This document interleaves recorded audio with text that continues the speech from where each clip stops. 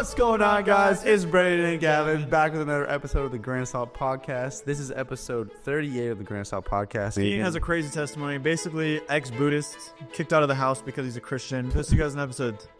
Peace. Later. My mom tried to abort me. I get born into like a really strong Buddhist family where I was drinking every night, like alone, not even at parties or anything. I would like drive drunk to school. And I went to church. He gave this verse: whoever disowns me before others, I will disown before my Father in heaven. And I decided like, I'm gonna tell him tonight. I sit him down and I kind of just like, Dad, I'm a Christian. I got so like angry. I was like, you're gonna go to hell. And then my dad like flipped out. He's like, get out of my house. Oh, you're 15? Yeah, I mean, I was about to turn 15. The son of man just touched down. Scales is falling off my eyes like what now? Dude, are we in the intro? Every crown I wore on me, Brandon just told me how to breathe through my nose really loud. Okay. No, literally, I was, we were recording with Ella, and I look over, and, because you always, like, tell us, like, the guests and us, like, where to put the mics beforehand. You're like, all right, hold it, like, this many inches away from your face. And then I'm like, later in the episode, I'll see you, like, you'll be holding it here, but you'll be doing this. I'm gonna only hold this like 5 feet away from my face. Guys, we have a very, very, very, very, very, very, very, very, very, very special guest today. Freshman that goes to our college. He's a little baby still. Not our show. Jeez, you're We got Thien, everybody. Hello, everybody. Yeah, thanks for having me, guys. Who are you, bro? Why are you here? Dude, I'm just a guy that stumbled upon FAU and stumbled upon you guys, and I wanted to come on the podcast. All right, first, last name, and your deepest, darkest secret. Social security that you've never... number, credit card number, ever that? Yeah. Dude, my Thien down, my secret, man. Like, kind of scared of Chuck E. Cheese. The mascot. Oh my gosh, dude. I met this woman at the store the other day, and she was telling me the funniest story about how she was like at a Chuck E. Cheese once, and bro, this guy was in the costume. She was like, bro, something's wrong with Chucky. Like 5 minutes later, kid's birthday party, they find him tweaking in the bathroom. He was just like, he was high out of his mind. That's Chucky. I saw this video. It used to be one of the favorite videos to ever watch. It was a song. You know the song Crayola from it's a rap song from Glock 9. This is BC, everybody. So Listen to worldly music. yeah, I used to. It was back in the day. Yeah. And it's like there's a bunch of like gang references in the song, and it's a video of Chuck E. Cheese. It's like him leaving a birthday party. It's him just like throwing up all the gang signs, and he like waves by the kids. I'm like, this is terrible, bro. Okay, guys, I promise you we're not talking about gang signs today. We actually have a very powerful testimony. I don't know how we got there. Thien. Yeah, well, let's really know. This is the worst icebreaker ever. Thien, I guess, icebreaker, how long have you been following Christ? That is not an icebreaker. Probably about, Bro, Okay, you go. probably about 5 years now, I'd say. 5 years, yeah. yeah, so that's a little background, but yeah, I would love it if we could just hop into your story. What makes you Thien? Like, what makes you tick? What? Why are you so following Jesus? Like, just put it out there, bro. Put it out there. Dude, what are your icks? No, you can start. I'm sorry. From the beginning, God God created the heavens and the earth. No. But I think, dude, you know what's the crazy thing? I think the beginning of my testimony actually starts when I was in the womb. My mom tried to abort me. Like, my parents wanted to abort me. Did not know that. But yeah, so I'm a failed abortion. I'm the 1% that survived. They actually attempted it? Yeah. So, like, what does that mean? Did they take a pill to eat the sex? The forceps? So I didn't ask my mom details, but while I looked into it, like in Vietnam, it's way more common to do pill than the other one. But Okay, so as of that, this is a whole other question. Yeah. What do you think about people who argue for abortion and who say, like, even in the cases of something extreme like rape, like, Yeah. what do you have to say to that? Like, how would you feel if you were aborted? but no, it's in my perspective, because mine's like different. Obviously, I was a failed abortion. Like, it's definitely like heartbreaking to know that there's so many babies out there that never got to live life, you know. And like, I look back in my life and I look at all the happy moments. I'm like, dude, I could have like not experienced that. I could have just been nothing, you know. So, Yeah, I saw a video of Charlie Kirk the other day, and it was him saying, like, it was a liberal saying, talking about abortion, and then Charlie Kirk's like, well, are you grateful that you are born? Like, you grateful your mom didn't abort you? And he's like, not particularly. And I'm like, dude, what are we talking to now? What are we talking to right now? I think people who like don't appreciate life just like don't think about it too much. Like they don't it's literally in the words, like, they don't appreciate life enough. Like, you don't look at the good stuff, you just only look at the bad stuff, you know? Yeah, they're always caught up in like what could be better. That's why, like, it's not settling. Like, this is a relationship thing too. I think about sometimes. A lot of people will never. They're always being single for a long time because they're like they see somebody that's great, and they're like, yeah, but there's somebody better out there. I have to have. Yeah. And just that mindset in general is so toxic for anybody's life. Yeah. Yeah, bro. Like, life is literally probably the biggest blessing we receive. The fact that we have God's breath in our lungs actively right now, existing in his presence, whether we realize it or not, that is a blessing in and of itself. So I'm glad that you're here sitting with us today. Yeah, me too, man. And like, obviously it's for a reason that failed, because bro, I want to hear your story because it's just crazy. Okay, let's just Failed abortion, and then what happened next? Yeah, so I ended up getting born. I got born in this tiny little village in Vietnam. And I also found out that there's like monks in the room when they did it. It was cool. So yeah, obviously I get born into like a really strong Buddhist family, for the audience out there. More specifically, it's the Mayan sect, where they believe more like praying to like Buddha and stuff instead of like the way of life. So I was getting born into that, and then we moved to Chicago, and I kind of just got raised in like monasteries and stuff because we didn't really have a home or anything. We really were living in this tiny apartment. It gets shot up, and then we moved to this monastery. Wow.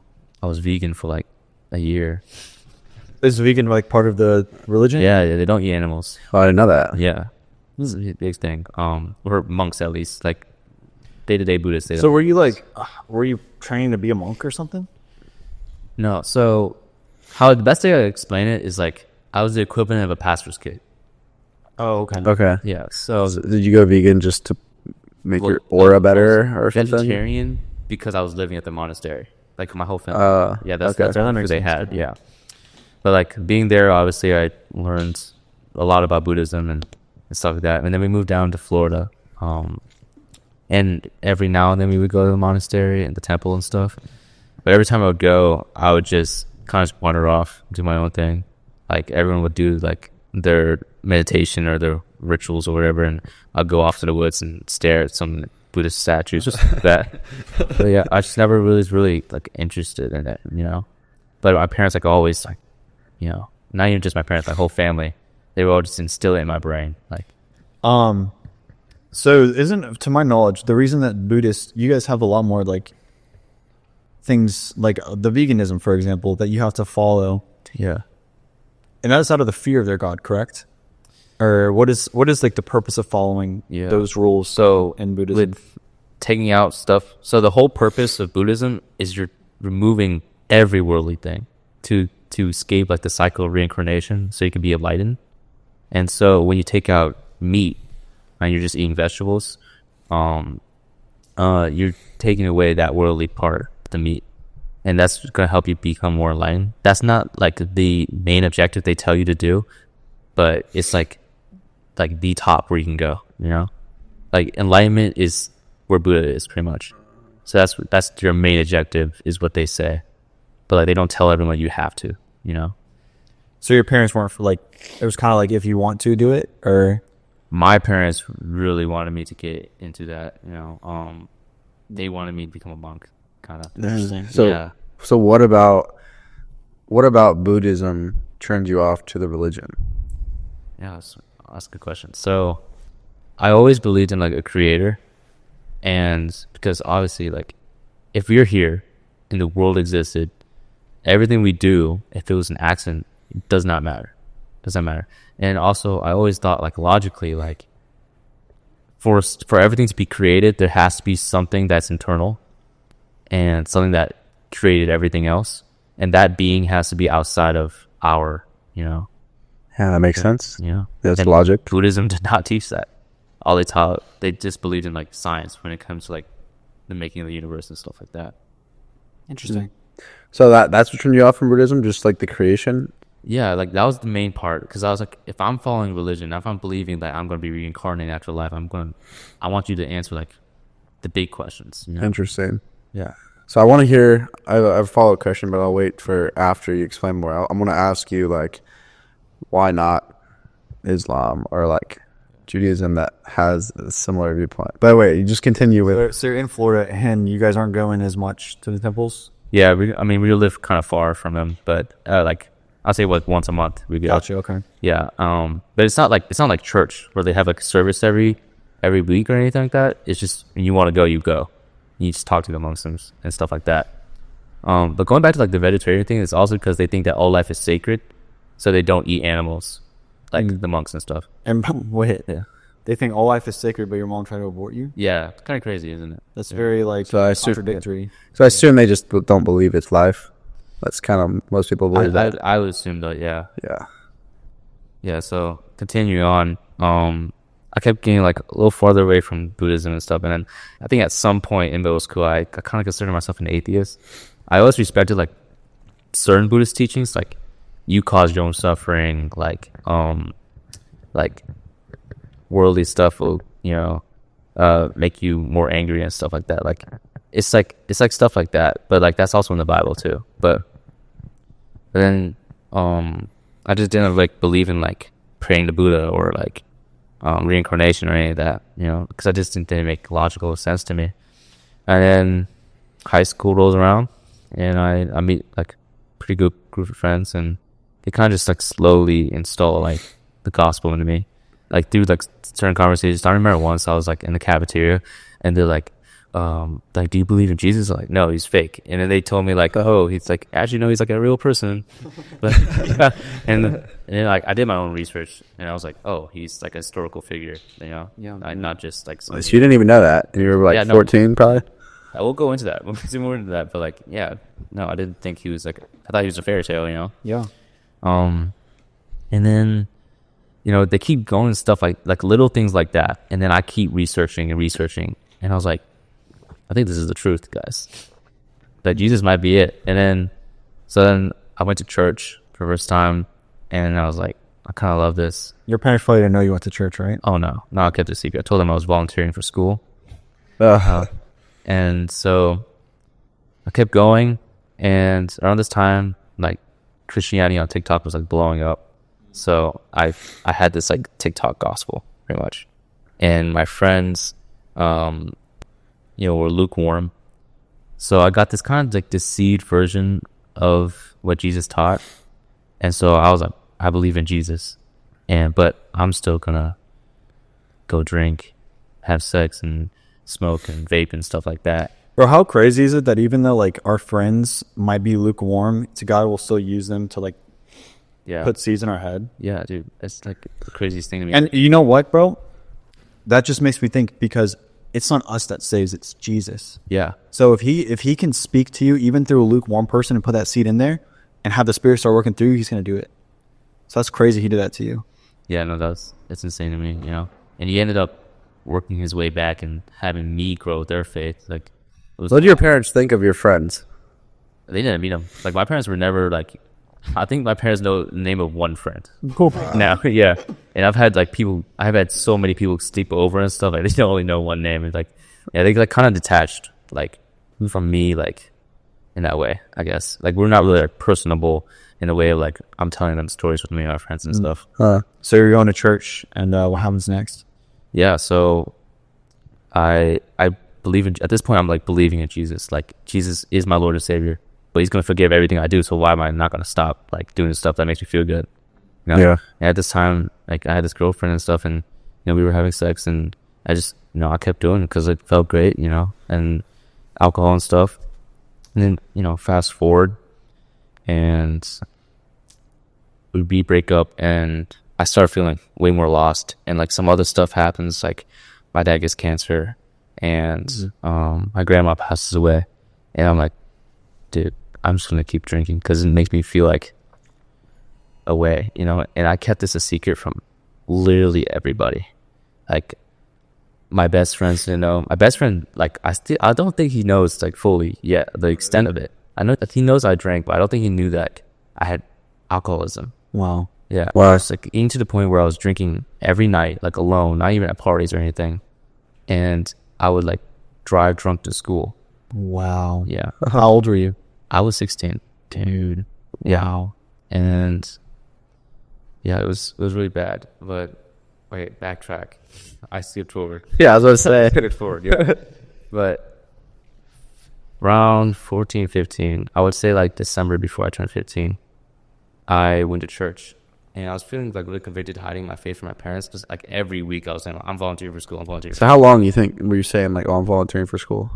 How long was it that you were hiding like you going to church from your parents? 4 or 5 months, probably. Jeez, and they didn't like No, catch on? I respected it, yeah. I remember one time. My son's amazing. Yeah. Bro, they were like, oh, you have so many hours now. Like, I know. Stop it, Mom. Like, bro's gonna get accepted by every call.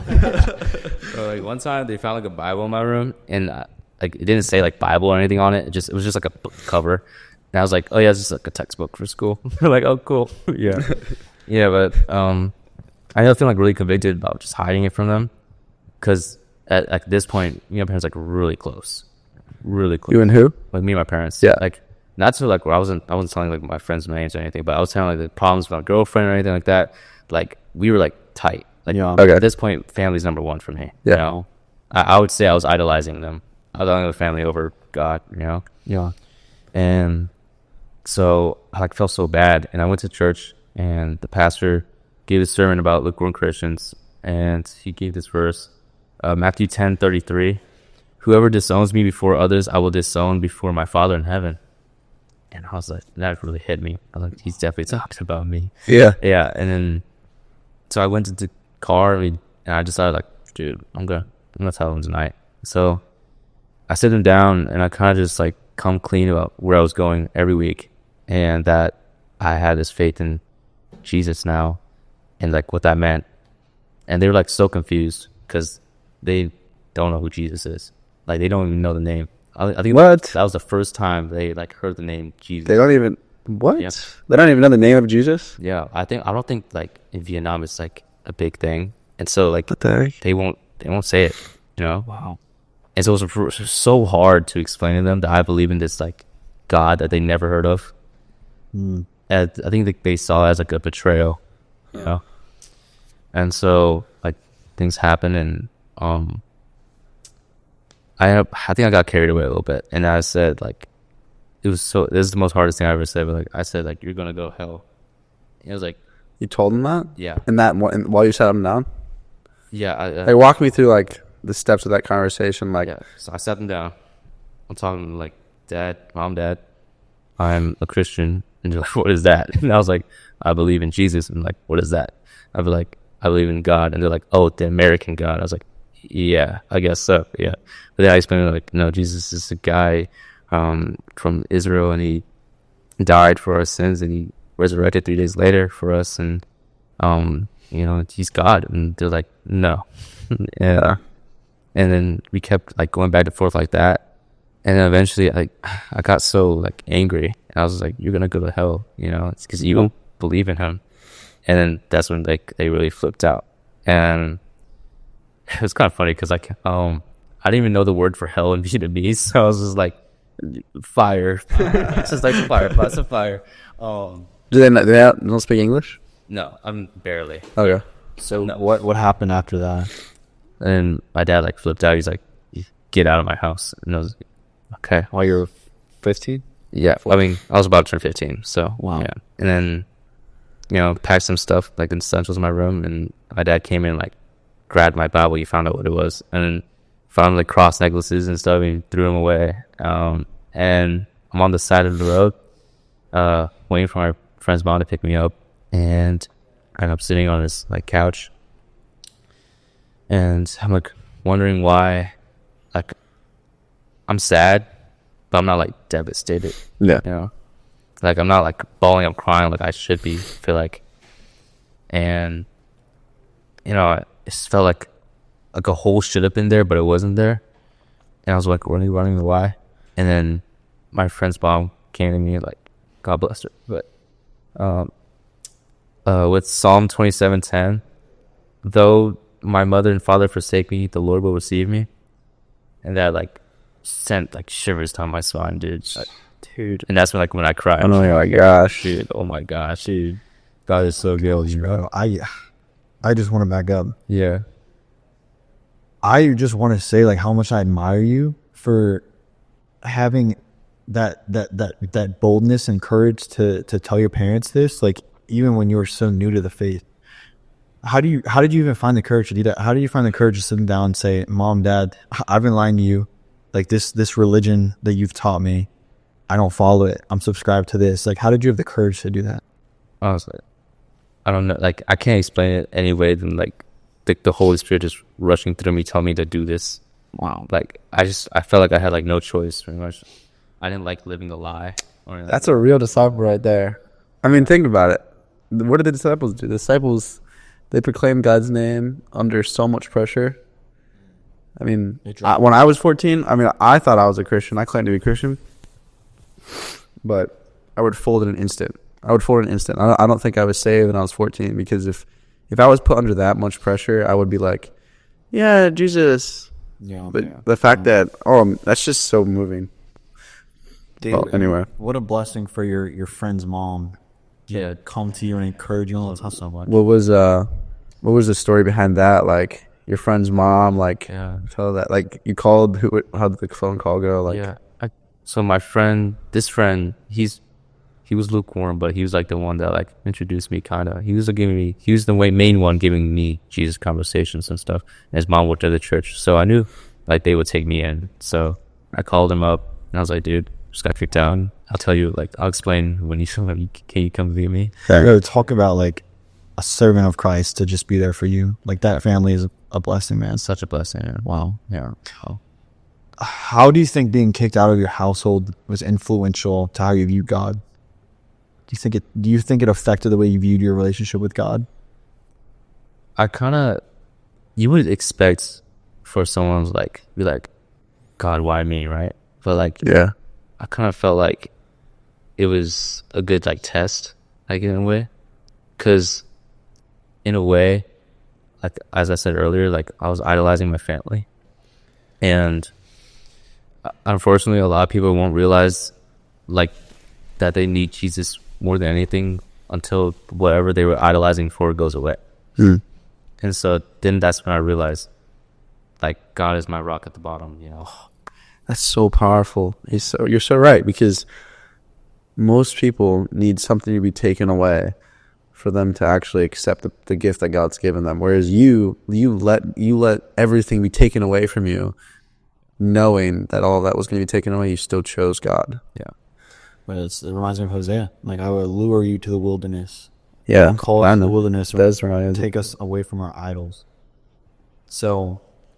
Oh, well, you asked a question about like your relationship with your parents now, but before we get to that, you get kicked out. Yeah.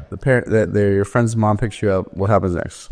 Yeah, so I'm on the couch and she gives me this reverse, you know, and like it like trembles me, dude. Like, I'm like, dude, this is exactly what I need to hear. And I just give her a big hug, and I'm like, I think I'm just gonna go to sleep tonight. I didn't go to sleep. I was laying on that couch, praying, like, God, what do you want me to do now? Like, what is your vision for me? Like, why all this? And, you know, through that, I think my relationship with God grew so much stronger. The Lord is close to the brokenhearted. I don't think I've ever heard the Lord more than when I've been at the hardest points of my life. So I love that just grew you closer to Him in that moment. Yeah, it was definitely a blessing. And through that, I had a couple months where I was just like on fire, you know, and my mom. Oh my gosh, you're still kicked out? I'm still kicked out. Oh my gosh. Yeah. And I can't get over that. Literally, there's so many stories. Jonah, even Job, like the most righteous man on the planet, even he was doubted God at one point. That's crazy to me. I mean, dude, you're like a man of no doubt. That's such a gift. There's definitely some moments where like, there's no way God wanted me to do this. But then I would wrap around and be like, yeah, what do I know? I'm just a dude. Like, I'm just a kid. I'm just a 14, 15-year-old kid, you know. And my mom calls me and she's like making sure I'm like alive. She doesn't know where I'm at this point. Yeah. Wow. Yeah. And so I like tell her everything, and then she's like, I'm gonna talk to your dad. I'm like, we're gonna get you back in here. All right. And how long has it been? This has been a month and a half, maybe 2. And Okay. I go back home, and my father won't speak to me for a while. And so there's like this cold air, you know, and me and my dad were like tight. Wow. It's just like, it was like really heartbreaking, to me. But that I knew I signed up for it pretty much. I knew what was gonna happen. And so things go on, and I think me losing that relationship with my dad drew me to alcohol, like drew me closer to it. And I felt like I needed it to just not be like depressed, I guess. And so there was never a moment where I didn't want to be there's never a moment where I wanted to be sober. So I just kept drinking, kept smoking. I kept hooking up with random people, and I thought it could fulfill me, or didn't. And still even though I had all this faith in God, I still had this delusion that like, oh, God will just forgive me for everything. So like, I'm just gonna keep doing this stuff. Okay. And then, eventually, this is my sophomore year, just past like me drive drunk to school and stuff. And I had this friend in middle school, and she was starting to post like all this like hard drug stuff, on Snapchat, like her partying and drinking and stuff. And I really wanted to say something, because at this point I'm kind of known as like the Christian guy. I'm posting like all these Christian TikToks and stuff, and that's the Instagram stories and stuff. Yeah, like so they're like, so I just felt like pressured. I should talk to her, but at the same time I know that in secret I'm doing all this stuff. Wow. So like, am I really qualified to? And Oh, also, like you're doing what she's posting, just not on public. yeah, like I'm two-faced. Right? Yeah. I had this at school. I'm just a Christian guy, you know. When everyone's around, whenever I'm around people, like I'm this Christian guy. When at home or drinking, I'm like this alcoholic. You know? Yeah. And I just felt like she was going to judge me or something like that. And I also at this point I didn't open my Bible at all, and so I felt like I'm not qualified to do it. Someone else will do it. Someone else will do it. Huh. And then about a week later, she passed away in a car accident. Wow. While she was under the influence, and the driver. And I just can't help but think like, what if like I like said something, you know? Because eventually, like I kept saying like, oh, someone else did it, but no one else did it. So it kind of hit me like, dude, it was me. I was supposed to do it, but I didn't. And Real. That's a deep topic. Wow. How do you think you've forgiven yourself for that to this day? Because I can think of how heavy that weight must be. Yeah. I mean, I cannot, but truthfully, I didn't forgive myself until probably that's funny. Like a week. It was summer after I graduated, and it was a week before I was giving this sermon, and I was giving it about forgiveness, and I was using like Jesus washing the disciples' feet and stuff. And then I was like, I remember thinking like I was leading it to something. I was missing something, and I was like, I could share a story about her. And then, you know, like the whole point of the lesson was to forgive others and forgive yourself by not exalting yourself. And so I was like, dude, I forgive myself at this point. Like, I realized like there's nothing that like I could have done really. Besides talking to her, but I didn't, so there's no point in like pounding on myself for it. yeah, I guess it's like maybe you sinned in the fact that you weren't doing what God called you to do in this your calling, but you can't blame yourself for her sins. Yeah. You can't blame yourself for her drinking, her driving with someone who else is drunk. So yeah, I get that. You have a tattoo on your arm. It says "forgive." What's that about? I came up with this idea for this tattoo. He just got this like Yeah, it is a month ago. Yeah, I came up with this idea, right when I was giving the sermon, like around that time. But so it's kind of cool. Forgiveness is something that's been really prevalent in the last 5 years. I think the relationship with my parents, part of the reason why it's bad, it's like because of me. Like after I moved back in, I was kind of resentful towards my parents, and I feel like that created the void a lot bigger. And like I kept telling myself, like afterwards, I kept telling myself, like, this is your fault that you didn't forgive them, so now like they won't talk to you and stuff like that. So even now, my mom will try to reach out and stuff, and I feel so guilty that I can't forgive myself, and I just I'll talk to her, but I won't like give her like full details because I feel like I'm not worthy. Like just because of Her mom or your mom? You're her mom? no, my mom. Yeah, is it just because of how you feel like you left things off with them?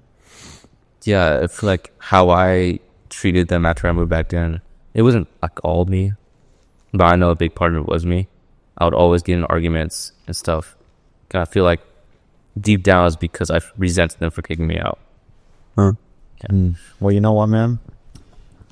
We can never change anything we've done in this life. Every action we've done, every word we've said, we will be judged for it because it carries weight. But what you can do is you can change how you act now. Yeah. And the way that you choose to show love to them now. And I like any shame, I'm sure you've heard this before, but shame is not from God. Shame is from Satan. So the fact that you're carrying this around still and thinking you're not worthy is 1,000% a lie from the devil. Like you should not let the lies of Satan distract you from where you are now, and the relationship you have now with them. And think about it, like the people that you probably love the most, or that you should love the most in this world, like your family. Yeah. It's like if Satan looks at you and says, hey, this man is not very full of doubt. This man has time and time again blown past all the obstacles I put in his way. I literally put his whole life on the line and all of his worldly possessions on the line, and he chose to throw them all away just so that he could follow me. So Satan's looking at this right now and saying, oh, what else can I do? What's the one thing I can control in his life? And he sees your resentment for your parents, and he's like, all right, well, if I can just like instill doubt in his mind that your parents are never going to change. Your parents can never accept Jesus. If I just instill that into his brain, he's going to get screwed forever. He's never going to see his parents again. And I think that's just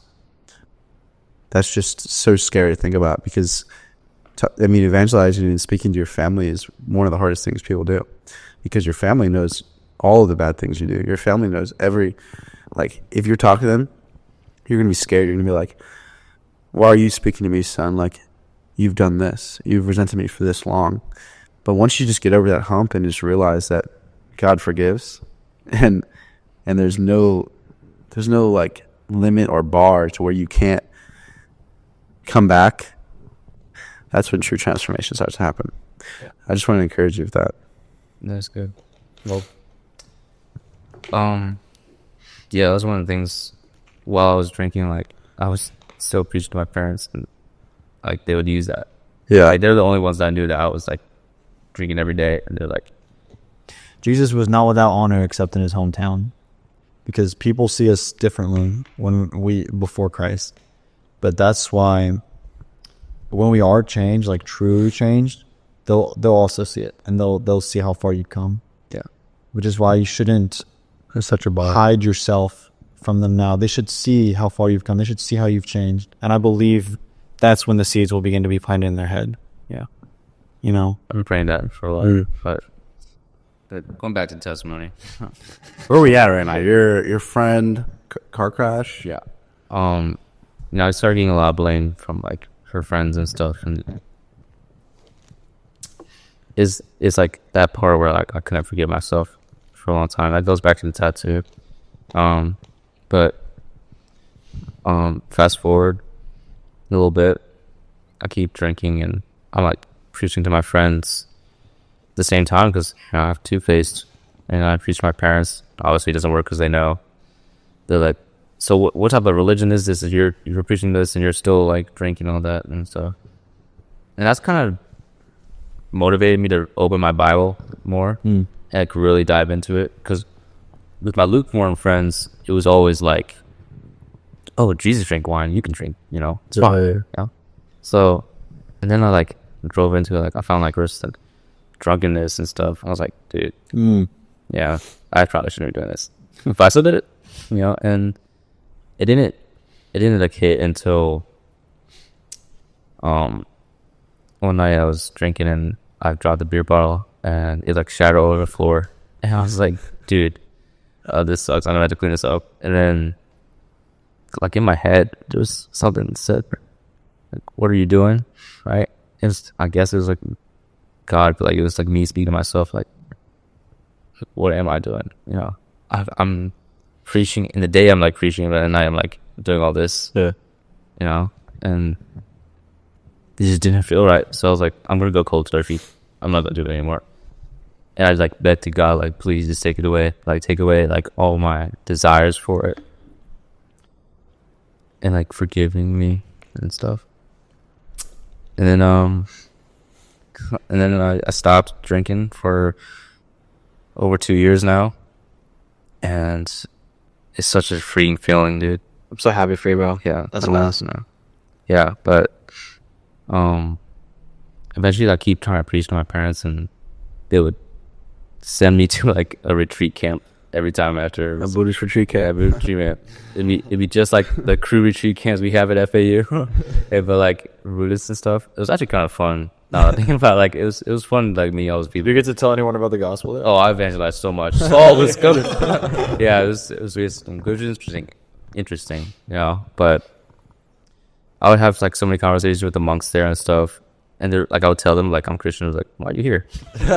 Like, yeah, I'll tell them, and like they would tell my parents that like I'm doing all this stuff at the retreat because my parents like our family runs this stuff, like runs the retreats. Oh, okay. Oh, then yeah. So the monks know like me, like know my family and stuff. They're like, and my family starts with like, dude, you can't. Why are you doing? You can't be doing that. Like, keep that Jesus stuff to yourself. Like, so. But obviously I don't. And I remember one day we were having a big family dinner at my uncle's house, and like I was telling my cousins about it, and they were just like, cool. But then my uncle overheard it and was like, get that out of my house. And he like, I like, had to eat dinner outside in the backyard. Dang, bro. Yeah, like at that point I was like kind of used to it, like used to being like kind of like the black sheep of the family and stuff. Yeah. But like I have a mission to carry out, so yeah. So how's your walk been since you've been in college? Wow. Yeah, dude, let me tell you something. I never felt like I was meant to be in a place more than I am at FAU. Wow. I vibe with that a lot. I agree with that. Pretty cool. That's facts. Like so many things, like so many signs that so like God wants me here. First of all, I was stressing so much how I was going to pay for college. My parents weren't going to pay. Like, I knew that. And so I was like looking at all these colleges, they're so expensive. FAU was in the back burner, bro. Like, Same, dude. yeah, like FAU was not in my mind at all. And then I got a call saying I got this full ride here that I applied for. I was like, okay, I'm going there. Yeah. Like, that's what like I've been praying for. I was like, okay, God wants me there. I went. Then I was like really worried about community. FAU's kind of known for party school. Yeah. So I was like, dude, I don't know if I'm gonna find anyone, or like if I find Christians, gonna be lukewarm again, Yeah. And then like the first week, no crew meetings or anything was happening. So I was like, oh man, this is good. He's like, I'm screwed. Big bad years, man. Yeah. Then crew happened. I was like, dude, there's like 300 people here, And then I got to know my buddy Christian, and got to know like, dude, he's like on the same walk with me, He's like on the same spiritual maturity, like about It's a blessing. And like I remember one night, it was one of our first nights at Boca, and we just walked around downtown Boca, and we walked all the way to the beach and stuff. And it was like just talking about God the whole time. And dude, I think that was my first time talk to someone, like the whole conversation was just about God too. Yeah. I'm just saying, like I couldn't find that back in Ocala, you know. I have a deeper question, kind of about what we were talking about before. Just to jump back to your relationship with your parents now. Yeah. How do you honor your father and mother when they do not respect or honor you? Yeah, Especially with your faith. that was something I really struggled with. Going through it, like the back and forth of them, you know, sending me to these Buddhist camps and me preaching, like evangelizing them and stuff. And you know, the points that I got from it were like, I need to keep God above everything else. So God was number one. God is over my parents. There's even a verse. I said, give me a second. This is the one that's like, blessed are those who deny their families or something. Matthew 10:37. He who loves father or mother more than me is not worthy of me. Wow. That's good. It's pretty direct. Very direct. And I was like, so obviously I knew that wherever God wanted me to do, I'm going to do that over what my parents want me to do. And I know in a way it wasn't really honoring them, because like in their eyes I was dishonoring them. But I felt like in my eyes I was like kind of honoring them because I'm trying to save them. True. Just two ways to think about it.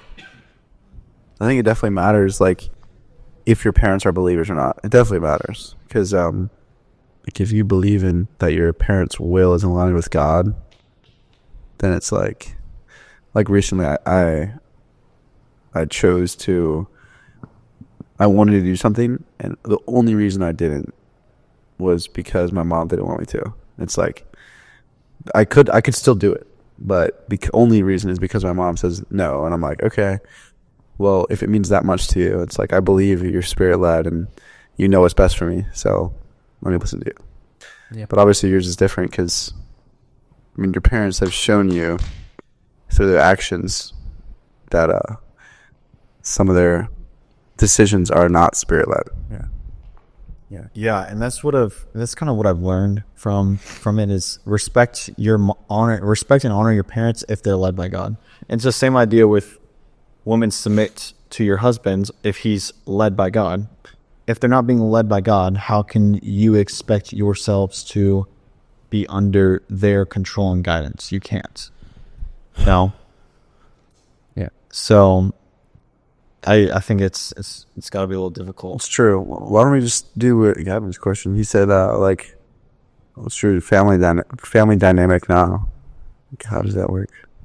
So like currently, me and my dad got into a fight. He got cancer again. I'm sorry. Yeah. So he's back in Vietnam, and it's been really difficult, you know, worrying about him and my mom and my brother too, because they're all alone. So I've been trying to communicate with them every day. And you know, one day I told my dad, like, I went to, what was it? It was some crew event. Sure. And I told him about it, and he like got mad at me. He hung up, and we haven't talked in like 2 weeks. Damn. And my mom, I would talk to every day. Her heart's a little, you know, more softened and stuff. I just pray that like I can get through to her one day, you know, through God. And my dad, I kind of accepted the fact that I'm not going to be the one to get over him or get through to him. So I've been just praying so much that someone else in Vietnam will like have a conversation with him where he can see Jesus through somebody there. It's just, I feel like I can see where he's coming from. Like coming from his son that like all he knew was Buddhism, and he didn't know about this American God or so-called American God. And his son is now there preaching to him. I feel like that's way more hard to accept than just some stranger talking to them. That's what I've been praying so hard for.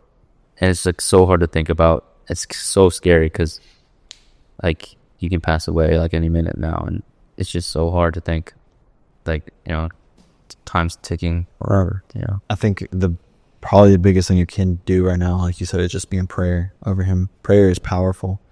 I've heard so many testimonies of people praying over family for years, and it was their commitment to that, being intentional and repetitive with that, and God finally answered it. Yeah. So don't lose hope on that.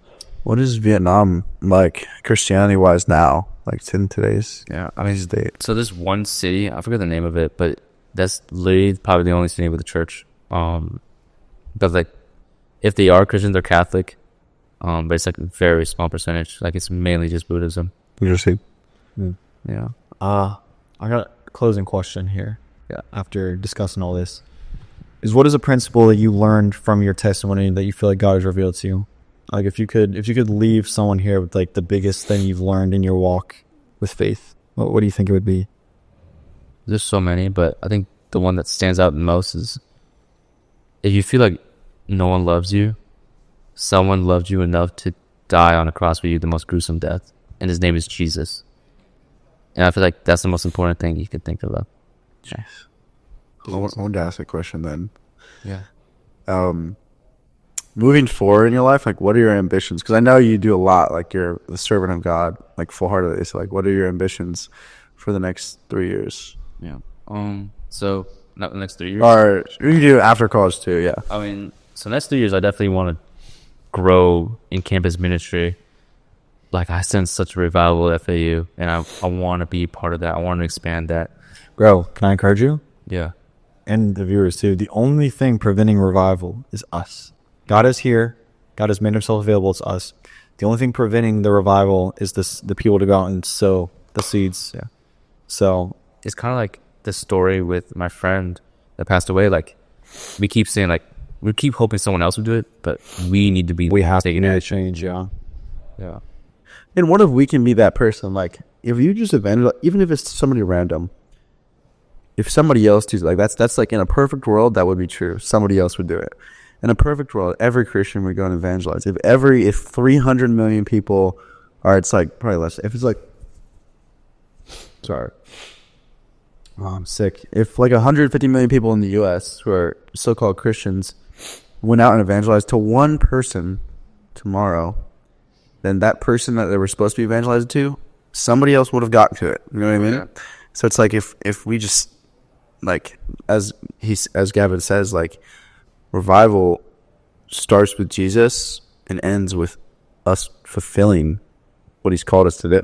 It literally, we're just I think it's kind of comical because people see like the idea of discipleship and like as something so radical, but like it's literally like the most basic thing that God tells us to do in the Bible is like go and make disciples of all nations, Matthew 20:19.